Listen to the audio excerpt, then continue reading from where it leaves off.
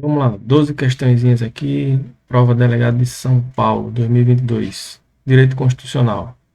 Primeiro, no tocante ao regramento e aos princípios constitucionais que regem a administração pública, é correto afirmar que: letra A.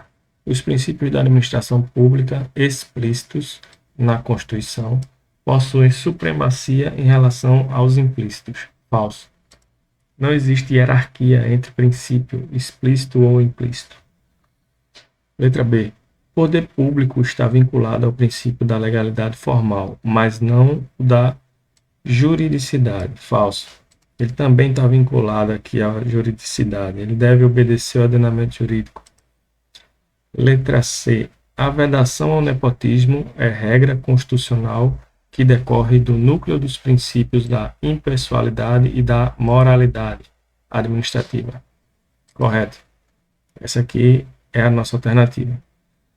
Continuando, letra D. A proibição de acumulação remunerada do cargo público abrange sociedade de economia mista, mas não suas subsidiárias. Falso. Abrange também as subsidiárias. Letra E. O princípio da publicidade garante, dentre outros, o direito incondicionado de informação. Falso. Não é incondicionado. Continuando, vamos para a segunda questão aqui.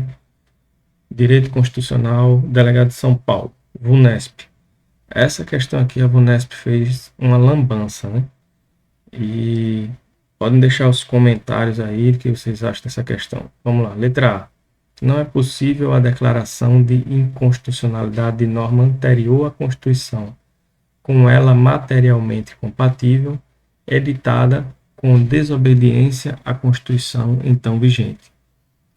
Essa aqui a banca considerou como falsa, quando é polêmica, né? Porque ela está com a redação truncada, que aqui trata-se do instituto da recepção ou não recepção da norma constitucional, e não a declaração de inconstitucionalidade, só que a banca deu como falso essa questão.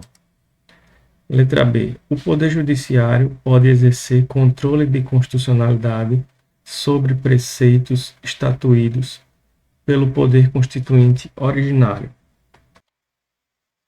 A alternativa está falsa, porque as normas do Poder Constituinte originário, elas são presumidas constitucionais. Não cabe ao Poder Judiciário exercer esse controle de constitucionalidade. Letra C. O Poder Constituinte originário, novamente, dá origem à nova ordem jurídica, razão pela qual os diplomas infraconstitucionais perdem vigor com o advento de uma nova Constituição. Falso. E a gente sabe que, se ela for materialmente compatível, vai ser recepcionada pela nova Constituição.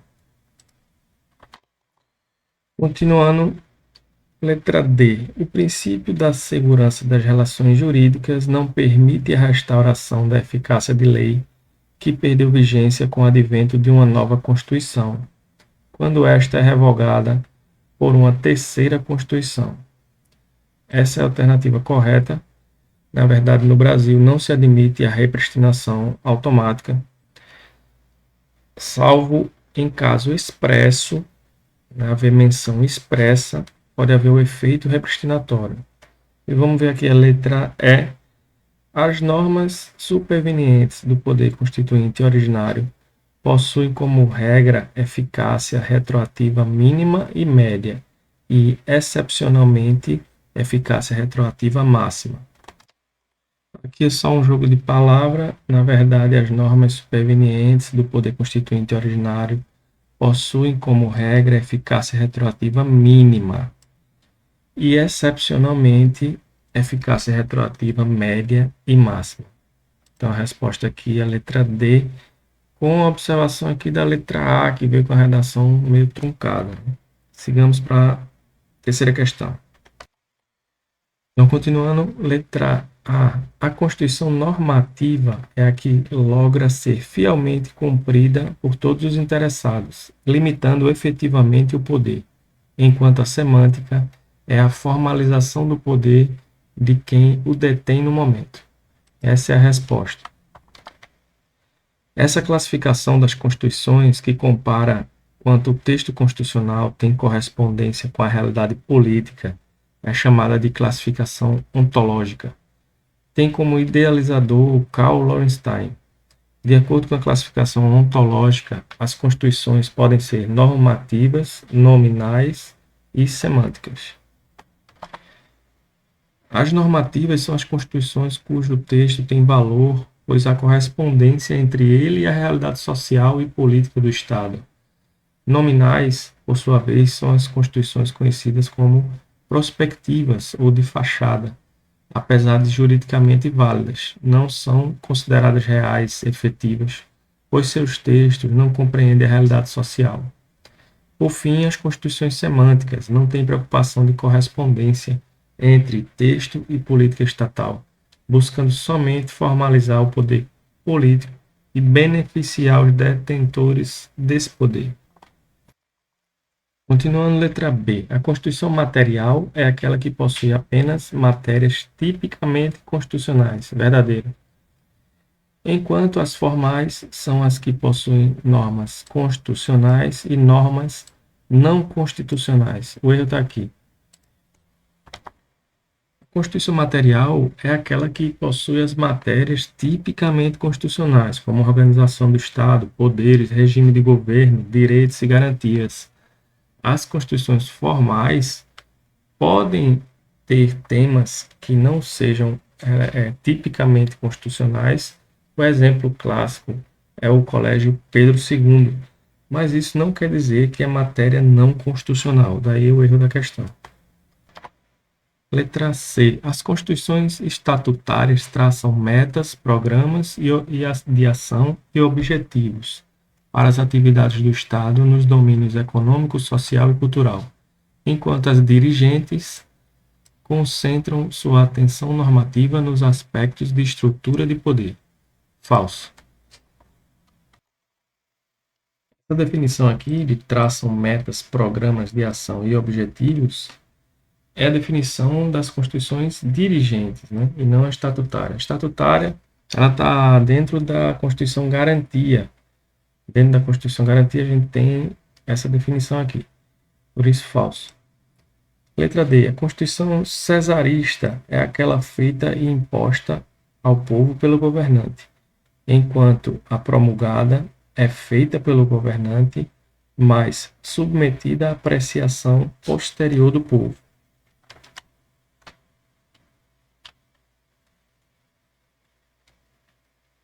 Essa questão aqui, o examinador inverteu, né, os conceitos. As promulgadas, elas resultam do trabalho de Assembleia Constituinte eleita pelo povo. As outorgadas são aquelas feitas e impostas ao povo pelo governante. Então, essa aqui, feita e imposta ao povo pelo governante, ela é chamada de outorgada e não cesarista, que está errado. E esse conceito aqui de feita pelo governante, mas submetida à apreciação posterior do povo, é justamente o conceito de cesarista. Inverter os conceitos e a promulgada, elas resultam de um trabalho de Assembleia Constituinte eleita pelo povo. Então, falso aqui, letra D. E vamos para a letra E. A Constituição semi-rígida, já é uma outra classificação, é aquela que possui normas submetidas ao mesmo procedimento de alteração das demais leis, bem como normas que não podem ser alteradas. Na verdade, a Constituição semi-rígida ela pode ser alterada. Ela é chamada assim porque uma parte tem um rito mais rígido, né, de alteração, que é o rito de emenda constitucional, e uma outra parte formada por normas flexíveis, que se altera pelo rito comum de lei ordinária. Então, letra E, falso.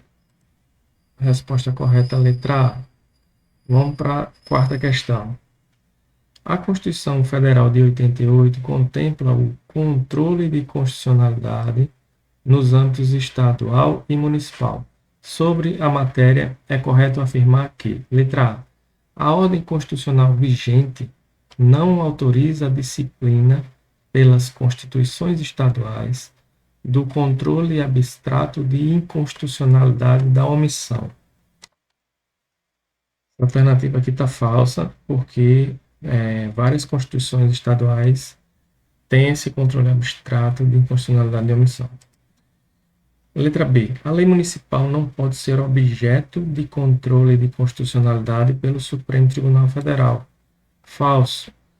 Porque a lei municipal ele pode ser objeto de ADPF perante o STF. Então, pode ser objeto de controle através do ADPF.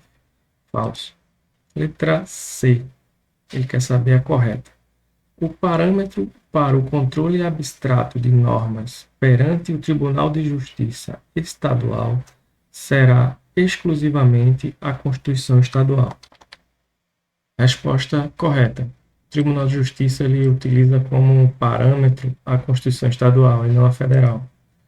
Letra D. Normas da Constituição Estadual que reproduzam normas da Constituição Federal implicam na descaracterização daquelas como parâmetro de controle de constitucionalidade estadual.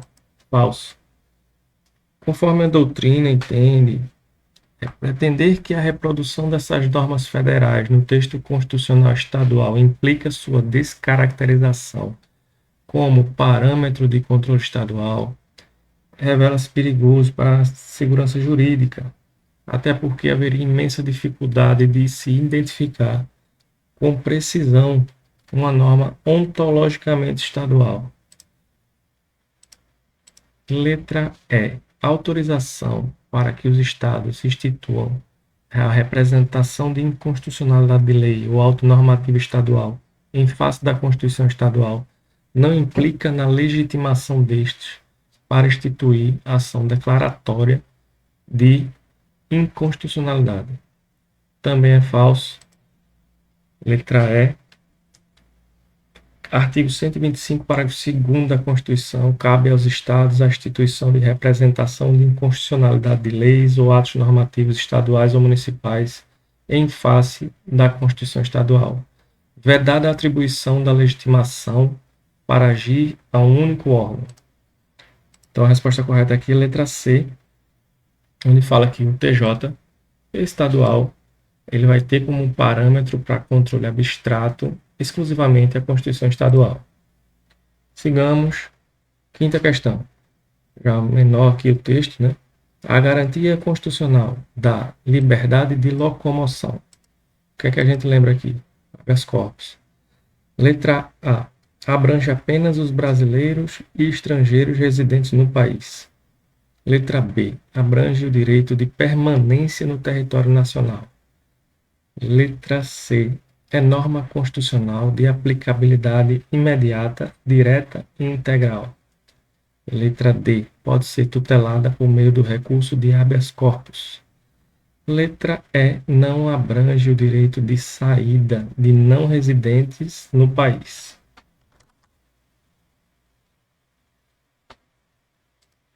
Então vamos lá, passando os erros aqui de cada um. A letra A está errada aqui, o apenas. Não é apenas os brasileiros e estrangeiros residentes no país.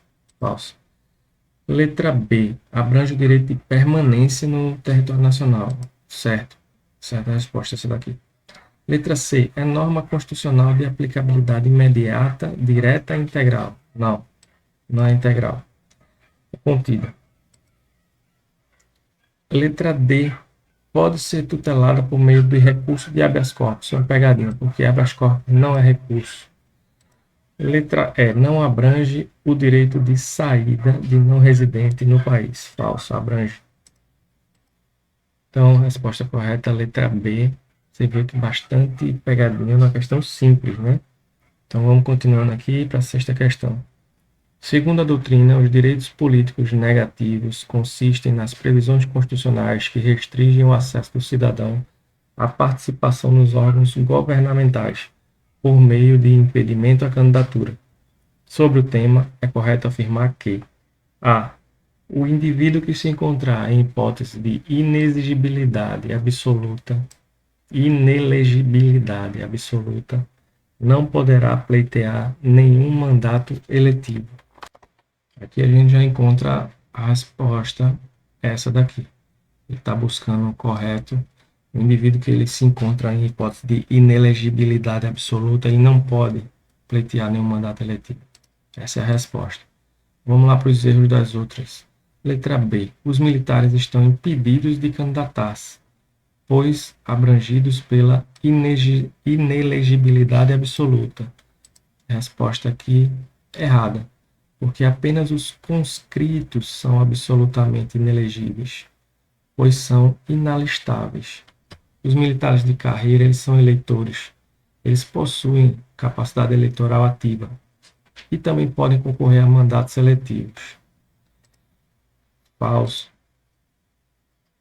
Os conscritos são inalistáveis e relativamente inelegíveis. Relativamente não, absolutamente inelegíveis. Falso. O analfabeto não possui capacidade eleitoral passiva, incidindo na hipótese de inelegibilidade relativa. Falso. O analfabeto não possui capacidade eleitoral passiva, não pode ser votado. E esta é uma hipótese de inelegibilidade absoluta e não relativa. Letra E. Os casos de inelegibilidade estabelecidos pela Constituição são normas de eficácia limitada. Falso. Eles são as normas constitucionais que estabelecem os casos de inelegibilidade, são normas de eficácia plena.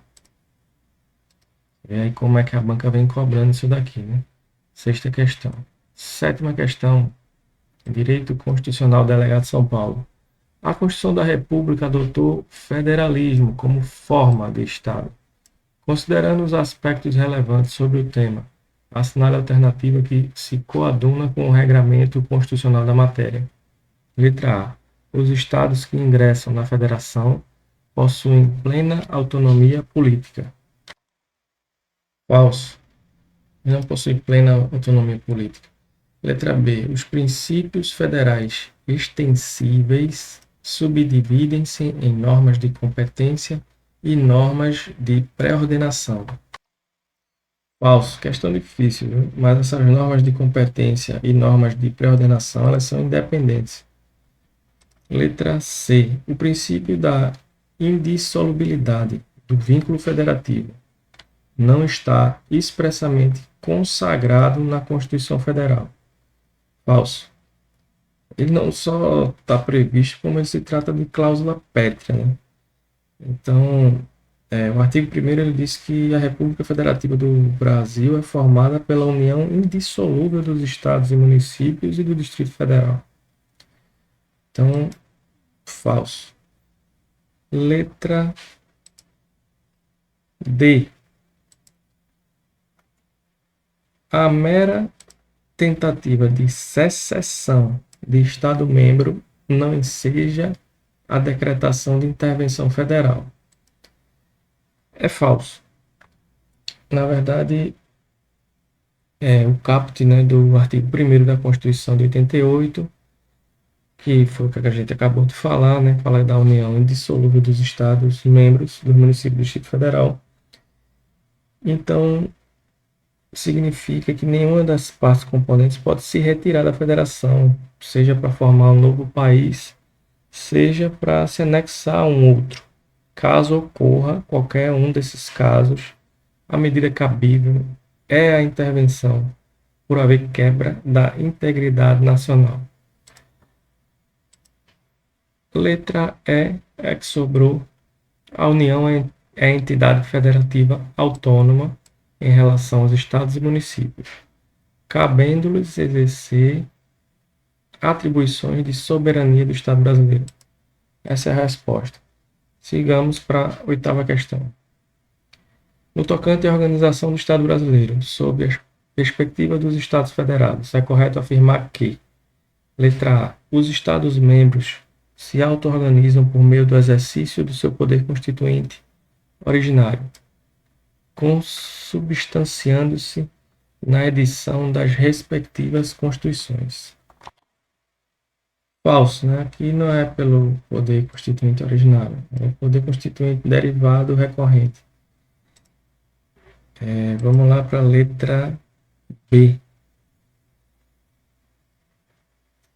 Também a Constituição define as competências tributárias e legislativas indispensáveis à autoadministração dos Estados-membros, mas não delimita as competências administrativas.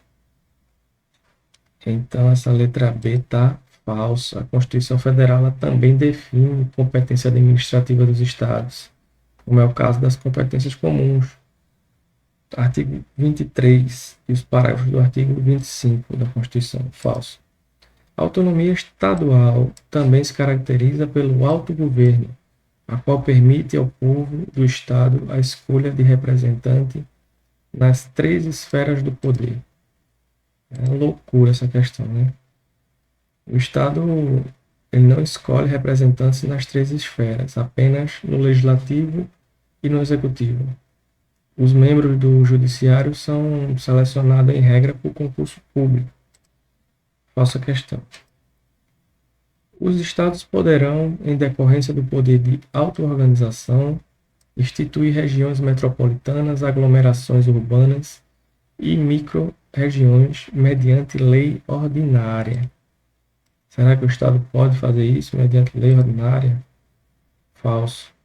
A instituição de região metropolitana, aglomeração urbana e micro-região se dá por meio de lei complementar.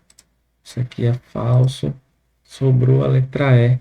A inobservância pelos Estados-membros de princípios constitucionais sensíveis pode acarretar a sanção de intervenção na autonomia política. Verdadeiro. Vamos para a 9ª questão, faltando agora só 4 questões para a gente completar as 12.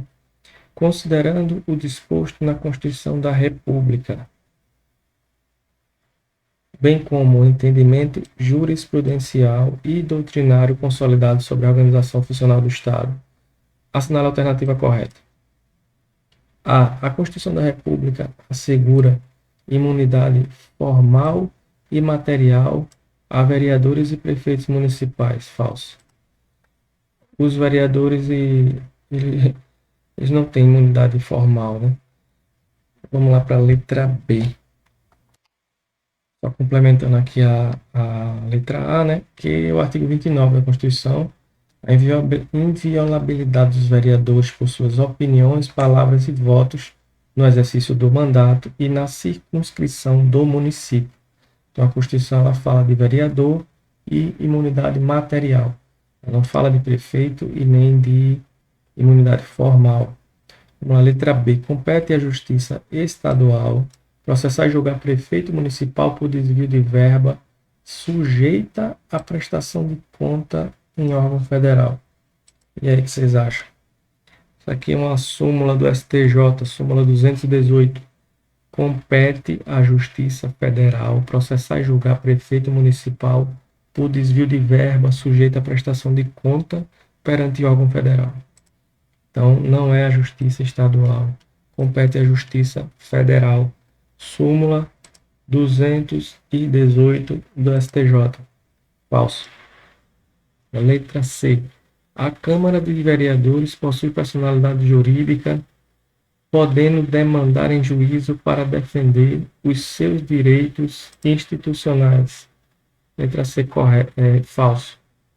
A Câmara de Vereadores ela não possui personalidade jurídica, mas sim personalidade judiciária. De modo que ela pode demandar em juízo para defender seus direitos institucionais. O erro está aqui. Personalidade jurídica ela não tem. Tem personalidade judiciária.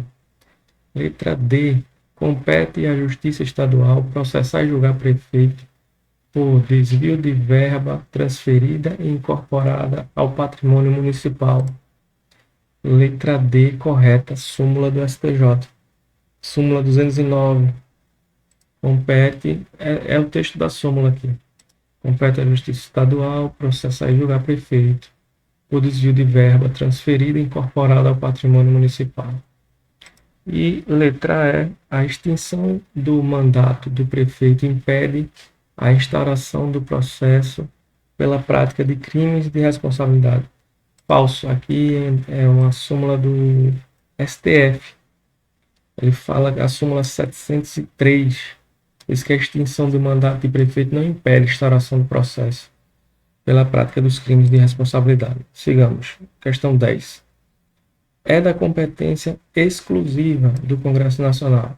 Aqui letra de lei, né? Então vamos lá para as respostas. Letra A. Anular os atos normativos do Poder Executivo que exorbitem do poder regulamentar. Na verdade, é sustar os atos normativos e não anular. Então está falso.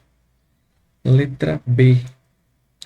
Declarar guerra e celebrar paz. Falso. Na verdade, ele autoriza o presidente da República a declarar guerra. Letra C.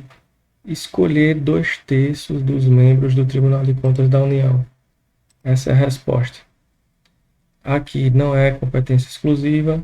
E autorizar o estado de calamidade pública calamidade pública de âmbito nacional, na verdade, é decretar o estado de calamidade pública de âmbito nacional. E não autorizar, e sim decretar. Resposta letra C. Exclusiva. Aqui é pura letra de lei, tem que ler a Constituição e decorar. 11. Assinale a alternativa que está em conformidade com os mandamentos constitucionais sobre o direito à educação no Brasil. Letra A. É dever do Estado o atendimento ao educando em todas as etapas da educação. Que é falso. O Estado... É dever do Estado o atendimento ao educando se restringe à educação básica. Aqui. Letra B. O ensino é livre à iniciativa privada, a qual pode se submeter à avaliação de qualidade pelo poder público. Realmente o ensino é aberto à instituição privada, mas o dever de se submeter à avaliação do poder público é obrigatório, não é uma faculdade, não pode, é obrigatório. Letra C. O Estado não poderá destinar recurso público à escola comunitária, confessional e filantrópica. Falso. A Constituição fala que no artigo 213, parágrafo inciso 1 e 2, tá falso, contraria a Constituição. Letra D. Os municípios atuarão prioritariamente no ensino médio e na educação infantil. Se você reparar aí na sua cidade, você vai ver que as escolas de ensino médio, elas são do Estado, e a educação infantil é que é do município. Por quê? Porque assim é que diz a Constituição, né? No artigo 211, parágrafo 2º, fala que o município vai atuar prioritariamente no ensino fundamental e na educação infantil. E os estados atuarão prioritariamente no ensino fundamental e médio. Então, esse ensino médio para município aqui está falso. Letra E, que é a resposta: a União, os estados, o Distrito Federal e os municípios exercerão ação redistributiva em relação às suas escolas. Correto. E vamos agora para a última questão para a gente encerrar. Prova de São Paulo, VUNESP. À luz da Constituição Federal, da doutrina pátria, do entendimento jurisprudencial consolidado, tendo em vista os mecanismos de proteção dos direitos fundamentais em procedimentos investigatórios comandados por delegado de polícia, é correto afirmar que... Então vamos lá. Só que essa letra A aqui é bem batida em prova, né? É direito do defensor, no interesse do representado, ter acesso amplo aos elementos constantes de inquérito, incluídas as informações concernentes a diligências investigatórias pendentes. Falso. Na verdade, ele tem direito às investigações concluídas, né? As pendentes não. É falso, na verdade, não pode marcar. Letra B. O fornecimento recíproco de dados investigatórios e o intercâmbio de informações entre Polícia Federal e Polícia Estadual são medidas que se legitimam em face do modelo constitucional de federalismo cooperativo. Correto. Aí é a forma cooperativa, sistêmica e harmônica. Correta, letra B. Ficamos por aqui. 12 questões. Delegado de São Paulo. Valeu, turma. Até a próxima.